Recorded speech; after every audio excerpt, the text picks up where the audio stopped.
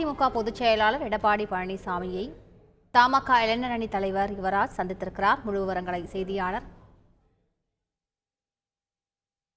தமிழ்ச்செல்வன் வழங்க கேட்கலாம். தமிழ்ச்செல்வன் வணக்கம். இந்த சந்திப்பு எதற்காக தமிழ்ச்செல்வன்?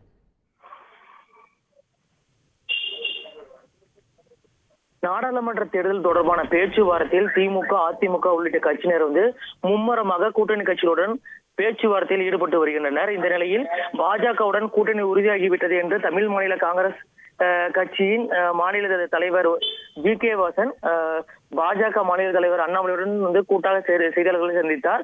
இந்த நிலையில் சேலம் நெடுஞ்சாலை நகர் இல்லத்தில் அதிமுக பொதுச் செயலாளர் எடப்பாடி பழனிசாமியை தமிழ் மாநில காங்கிரஸ் கட்சியின் இளைஞர் அணி மாநில தலைவர் யுவராஜா நேரில் சந்தித்து ஆலோசனை மேற்கொண்டார். குறிப்பாக அதிமுக கூட்டணியில் ஈரோடு நாடாளுமன்ற தொகுதியில் போட்டியிட வாய்ப்பு கேட்டு வந்ததாக கூறப்படுகிறது.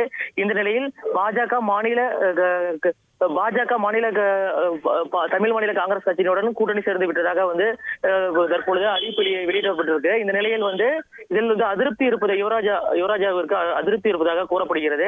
இந்த நிலையில் அதிமுக பொதுச் செயலாளர் எடப்பாடி பழனிசாமி சந்தித்து 1 மணி நேரத்திற்கு மேலாக யுவராஜா ஆலோசனை மேற்கொண்டார். அதிமுக பொதுச் செயலாளரை மரியாதை நிமித்தமாக சந்தித்ததாக அவர் வெளியே வரும்போது செய்தியாளர்கள் சந்தித்து சென்றார். இந்த சந்திப்பானது பெரும் அரசியல் வட்டாரத்தில் பெரும் எதிர்பார்ப்பை ஏற்படுத்தியிருக்கு, ஒரு பரபரப்பை ஏற்படுத்தி சொல்லலாம்.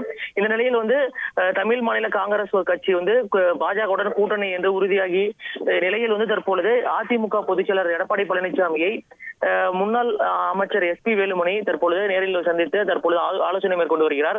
இது மட்டும் இல்லாமல் மற்ற அதிமுக முன்னாள் அமைச்சர்களும் ஒருவர் பின் ஒருவராக வருவதாக தகவல் வெளியே இருக்கு.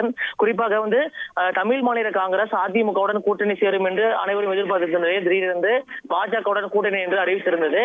இந்த நிலையில் அடுத்த கட்ட நகர்வுகள் குறித்து அதிமுக முன்னாள் அமைச்சர்களுடன் அதிமுக பொதுச் செயலாளர் எடப்பாடி பழனிசாமி ஆலோசனை மேற்கொள்ள இருப்பதாகவும் தகவல் வெளியாகி இருக்கு. தற்பொழுது அதிமுக பொதுச் செயலாளர் எடப்பாடி பழனிசாமி இல்லம் அமைந்துள்ள இடத்தில் தற்பொழுது ஒரு பரபரப்பான சூழல் காட்சியளிக்கிறது என்று சொல்லலாம். முழு விவரங்களுக்கு நன்றி தமிழ்ச்செல்வன். செய்திகளை உடனுக்குடன் தெரிந்து கொள்ள உடனே சப்ஸ்கிரைப் பண்ணுங்க.